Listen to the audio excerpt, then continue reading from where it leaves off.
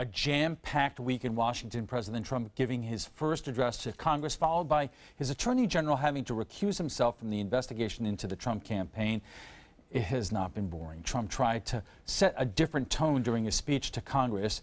It was a call for unity along with an emotional salute to a fallen soldier. But as the week continued, investigations into Russian ties with members of the Trump administration once again made the headlines. Attorney General Jeff Sessions recusing himself from the investigation after the revelation he met with the Russian ambassador twice during the campaign, despite testifying that he had no contacts with the Russians during his confirmation hearing just a month ago. And joining us for more is Kevin Griffith, the vice chair of the Sarasota Democratic Party, and Jack Brill, the vice chair of the Sarasota Republican Party, and Mark Weston, a presidential election historian. Gentlemen, thank you very much for joining us. Thank you.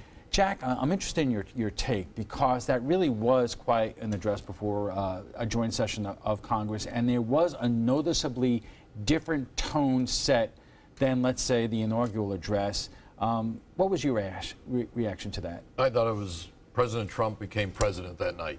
You know, it was a good speech. It was well thought out, positive reactions, covered a lot of subjects. Very aggressive agenda. You know, who knows, as we know from prior, that how much will get accomplished. And it was one that, you know, he talked about a lot of different subjects. The details, obviously, the ovation for the Navy SEAL's wife was good.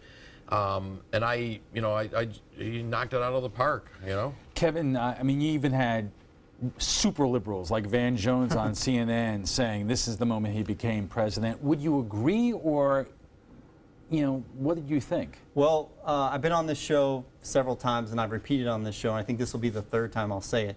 If President Trump wants to invest $1 trillion in infrastructure, and he wants to pass legislation for paid family medical leave or taking care of children, child care, the Democrats, at least the people, would be with him. The question is, how is he going to pay for it? Is he going to use tax cuts for the rich, or is he going to raise taxes on middle class and poor people to do that? I read an article on Bloomberg talking about, yeah, there's going to be infrastructure, but they could be toll roads. You know, that's a consumption tax on people who use it, not on the rich. We're going to have to see where he goes from here. Mark, up until this point, Trump has had the lowest approval ratings of any new president. But is public opinion formed by tone and moments like we saw this week? Does that overcome the problems of the last 40-something days? I don't think it will overcome it, but it will certainly be a contributing factor. There's no question this State of the Union was in the realm of normal State of the Union speeches. It was long on promises, short on specifics, and it was interesting to me. He's going to have a massively larger defense budget and the infrastructure spending he spoke about, and yet cut taxes at the same time. This means the deficit will grow. It might be the right thing to do, but it's not what Republicans have wanted for many years. Jack, you are a good conservative, balance the budget Republican. Do the math. Well, if we can get the GDP to grow at 4%.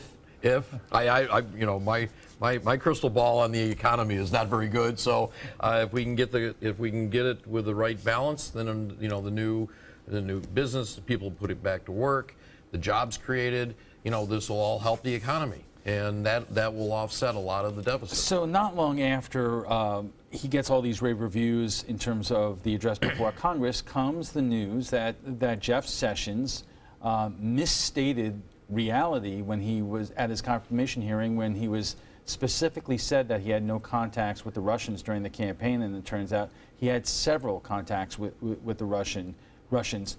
What was your initial reaction when you heard that? I thought he did the right thing to recuse himself, let the House and the Senate do their investigations, and go from there. You know, I thought he did the right thing. And the cards are going to fall where they're going to fall. I think the hype on it, you know, a little much as usual, but there's been a lot of that in, you know, the first several weeks. You know, in the first part of the week, the president has refrained from his Twitter, whatever you want to call it, but he, in the last 24 hours, first demanded an investigation after a picture came out of Chuck Schumer with Putin from a couple of years ago, and then just a couple of hours, 3 hours ago, demanding a second investigation because there was a picture of Pelosi with Putin. And I'm wondering from you gentlemen, do you think that sometimes, whether it's the president or other people, get lost in the fact that meeting with the Russians is not necessarily the problem or the point? It's that it came in the middle of a campaign where the intelligence community is now saying that the Russians tried to interfere in the election to the benefit of Trump. Well, I think that's the point, Alan, is that the Russians were alleged to have hacked Hillary Clinton's campaign, or the campaign emails of her staff. And that's different than meeting in the due course of your job with the Russians. And if you take a step back, I think the larger issue for Democrats here is that they want the Trump administration held to the same standard that the Obama administration was held to. And I don't see that coming from the Republicans right now. A lot of the Republican media is wringing their hands, saying this isn't fair. Look, you know, Schumer met with Russians. Well, hold them to the same standard. If that was Obama, and if Obama was alleged to have hacked an email, the Republicans would be throwing their hands up, and Rush Limbaugh would be on radio going crazy. There are several congressional investigations, but they're in the intelligence committees, which are not a public forum. And so Congress could say it's investigating, but it's not publicly. And that's where it should be. There's got to be some of the stuff, you know, and especially in intelligence matters, that needs to be held behind closed doors. I mean, you know, there's not everything has to be, every tweet has to be public, or every bit of information.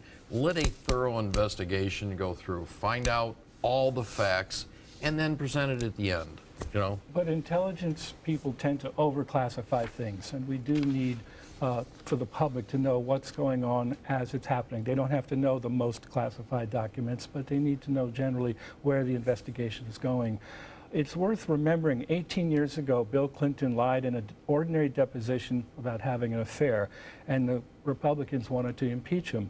By any definition, lying about meeting a Russian ambassador before a Senate hearing on whether you're going to be Attorney General is a far more important offense than lying about an affair in an ordinary deposition. So you have the same party that was all hell-bent on getting Bill Clinton out of office that just seems to be very relaxed about Sessions. That's if they talked about that. We don't know what they talked about. But, I mean, that's the point is, you know, we're speculating, and that's what everybody's doing. The first meeting was at the convention, and there were 50 ambassadors there, and I suspect not much happened there. But the second meeting was in September, when the FBI had already begun an investigation. All right, our discussion is just getting started. We'll continue to talk about this week and the political happenings right after we check our weather, so stay with us. Welcome back. If you're just joining us, we are talking about another pretty wild week in Washington. Our guests tonight are Kevin Griffith, the Vice Chair of the Sarasota Democratic Party, and Jack Brill, Vice Chair of the Sarasota Republican Party, and Mark Weston, a presidential election historian. So, gentlemen, I keep on hearing the president talking about that he has accomplished more in his first 40-something days than just about any other administration in U.S. history. Jack, do you agree? Well, I'm hoping that a lot of the accomplishments we haven't heard about yet, and they're being worked on. Obviously, there's been a number of executive orders. The one good thing that a lot of things that they were working on built up to the State of the Union speech, like we talked about, you know, in the previous segment, and he laid out. Now everyone knows what the agenda is for the next year. It may be a lot, but now if they work the plan towards, you know, accomplishing those, then there will be a significant amount of accomplishments this year. The executive orders have accomplished what? I mean, I know of one involving a ban, which is no longer in effect. But the next one's coming next week. That's what they said last week. I know that. That's why I was joking with you on that one. I don't know when it's coming. You know, there have been different, at least the tone. Let me just forget the executive orders and tie it back. That the tone that there's got to be things changed. You know, whether it's in the different parts of the administration, the different departments. I've read an article that they're in the Department of Education under Betsy DeVos. They're looking at every they're going through and just doing a complete drill down of everything they do.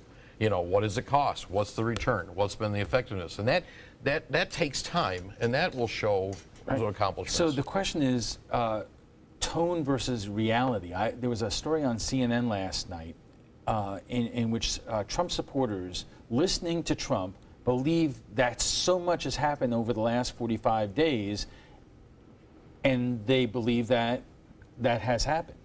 And in fact, the first 100 days are almost half over, and even though the Republicans have both houses of Congress, there has not been one piece of legislation, not one. Among the executive orders, I think the most far-reaching one is the one that triples the size of the Immigration and Customs Enforcement. And there's no question that within these first 6 weeks, these law enforcement officers are having much greater freedom to deport people. You're reading about some of the dreamers, the people who've been here since they were children, and they're getting deported, or mothers of American citizens who are illegal because they've been here since they were children, and they're getting deported. And it's very sad. But Mark, I read an article in the Washington Post when I was up in D.C. this week, and it featured the mother in Phoenix. The woman tried to fraudulently use a Social Security number. Well, think about that. I don't care. Listen, She was a felon. She had had to report in.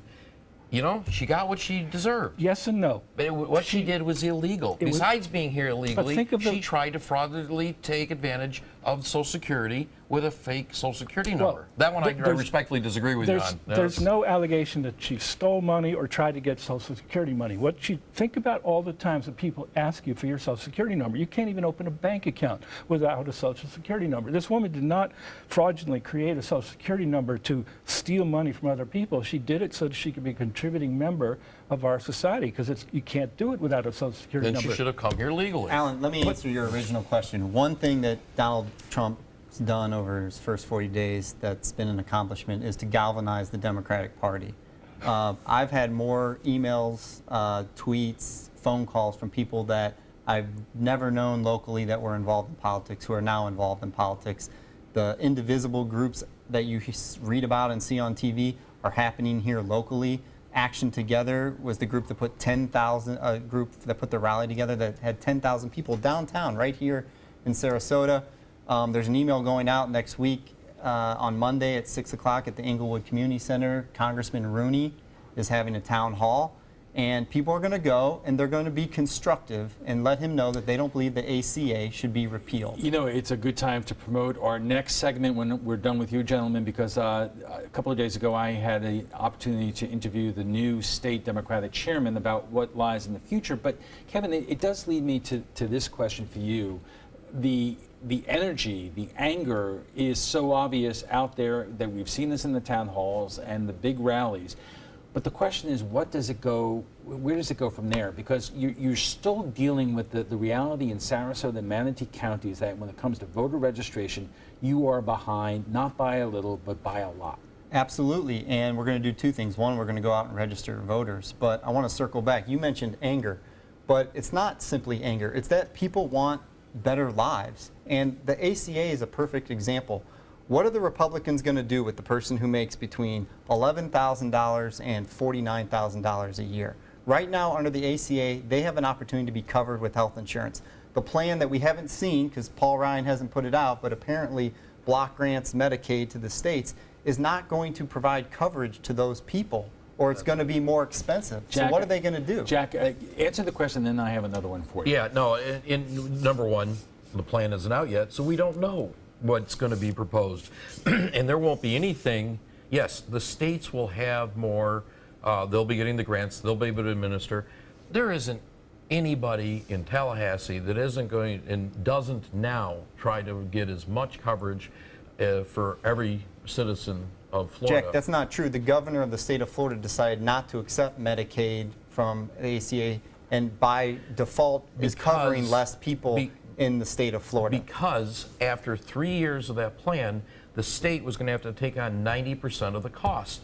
That would have significantly altered our budget. So they've made a choice between cost and coverage. Let me ask this question, because Donald Trump won this election in no small measure by those people who feel that they have been left behind in this economy, hardworking working families who have not seen their salaries go up and are banking on Trump to do something about it. Every Tuesday we have Richard Stern on, our financial guy, who talked about how some of the largest corporations, including Walmart, are buying back stock, billions of dollars in stock. And I asked him the other night, why not invest some of that surplus into their own workers and to increase middle-income salaries? And the answer is because publicly held companies are responsible to their stockholders, and although it's a good sentiment, the priorities of big companies are to respond to their shareholders. Jack, if middle-income salaries don't rise enough in 4 years, would Republicans be in trouble? In an 18, I'm going to start with 18. You look at the Senate races and the congressional races, and we'll maintain the Senate and we'll considerably maintain Congress. In 2020, I think the way the last 8 years have been, and if they continue on, and the jobs don't come back, real jobs, ones that actually get the middle class back up. Yeah, there will be some fallout from that. People have short attention spans. If you remember 8 years ago, Obama had a 60-vote majority in the U.S. Senate and had the House by a pretty big majority, and it was gone in 2 years. Mm-hmm. Mark? I agree. I think even though in 2018 there will be 25 Republican senators and 8 Democrats, I'm sorry, the other way around, 25 Democratic senators and 8 Republicans up for re-election. So a normal look, the odds are incredibly for the Republicans to keep the Senate. But it's exactly what you said. Things can change so much in 2 years, and there could be the same kind of backlash that hit Obama in 2010 could easily hit Trump in 2018, and it would not surprise me, or it might surprise me a little, but not a lot, if the Democrats get the Senate back. So what does the Trump administration need to do in terms of concrete accomplishments in order to get the economy moving at a quicker pace? Get the tax or the overregulation of businesses, both small and large, get the taxes in line from our global economy. That creates the jobs, bring the jobs back. We have less than a minute, and even Vern Buchanan is talking about tax reform by this summer, and I read today that Republicans can't even agree in terms of a specific approach, and that this summer is not really a practical goal. And I give Vern a lot of credit. He's been very consistent as long as he's been in Congress to get this, get tax reform in place. So if there's anybody that can do it from his committee standpoint, he'll be able to get it. Where's his plan? Where's the vote? That's my comment. Okay, let's leave it right there for now. We'll be back right after a quick break with final thoughts from our guests, plus what some of our viewers are saying about last night's topic, racial disparity when it comes to the civil citations on the Senate. Stay with us. Welcome back. From Trump's first address to Congress to continuing investigations into Russian connections with his campaign, events in Washington have a lot of folks talking. Our guests join us right now for final thoughts. Mark, what is your takeaway from this week? We're halfway through the 100 days, and there still have been very few specifics, so they have to come up with them fairly soon, at least in the next several months. And it's worth remembering that trickle-down economics did not work during the Bush administration. They lowered taxes during the Bush administration, and it didn't help the economy nearly enough. And so they're going to have more than just lowering taxes. But we're in an area where Trump won by 15 points over Hillary, I believe. So there are a lot of people who are watching this tonight who are liking what they are seeing. And that's likely to continue. I mean, every new president should be given a chance, and I think that's even among Democrats. We're hoping we're wrong about Trump. We're hoping Trump will do well, but within a couple of months there have to be some achievements. Jack, are you happy, or are you wishing things were happening at a different pace? No, I like the pace and the conversation, but I also think, like with any good business plan, it takes time to do it, to put things in action. And I really think that, they need to be thought out. There's too much at stake. We've got to figure out, we got a $20 trillion debt. We got to figure out, is one example.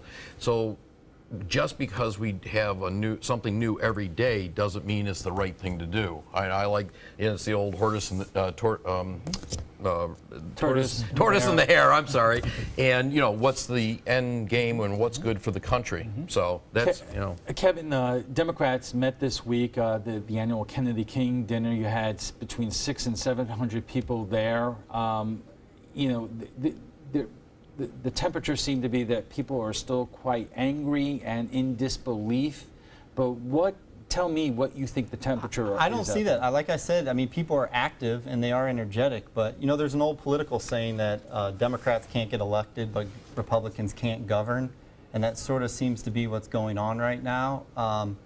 And, you know, the Democrats are going to be energetic and try to get out there and win some people over here in our county. And I think we have an opportunity to do it, again, as long as we talk about policies. And I think these things like the ACA and you know, paid family medical leave and infrastructure and holding the Trump administration to account is going to be important. Jack, finally, we just have a couple of seconds left, but what do you think of the local Democratic reaction to everything in Washington right now? Well, I applaud the right to, demonstrate and, and speak your voice. I think it'll fade down, a little bit. But I also see, the groups that are on both sides. Tomorrow there's a Trump rally down at the Kissing statue. So you're seeing both sides. So the election seems to be continuing on in the campaign. All right, we have to leave it there. But before we go, we want to share with you what some of our viewers are saying about last night's topic, racial disparity in civil citations given to our youth. New statistics have revealed a substantial difference between the amount of civil citations given to juvenile white offenders than juvenile black and Hispanic offenders. The numbers here on the Suncoast, though, show an even greater difference than those statewide. We asked you what you thought about those differences, and Donna Frost writes, if you are truthful and respectful to an officer questioning you, you will most likely get off with a warning. But if you are disrespectful and lie to the officer, then you will get mostly a citation. Let's try to rebuild the relationship between us and law enforcement instead of continuing to cause division. Randy Bryant writes, all depends on how you treat the officer. You can write your own ticket or warning up to you in many cases. And David Fetcher writes, liberal press stirring the pot. David, hope you're listening out there. It is actually our job as journalists to report important issues that affect our community. Okay, you can put your blindfold back on. If you'd like to join the conversation on tonight's topic, just visit our Facebook page at facebook.com/news@7. And FYI, Jack is laughing here. Want to watch past Roundtable discussions? They're available on Apple TV, Amazon Fire, and Roku. Thanks to our guests for being here tonight. Kevin Griffith is the Vice Chair of the Sarasota Democratic Party. Jack Brill is the Vice Chair of the Sarasota Republican Party. And Mark Weston is a presidential election historian.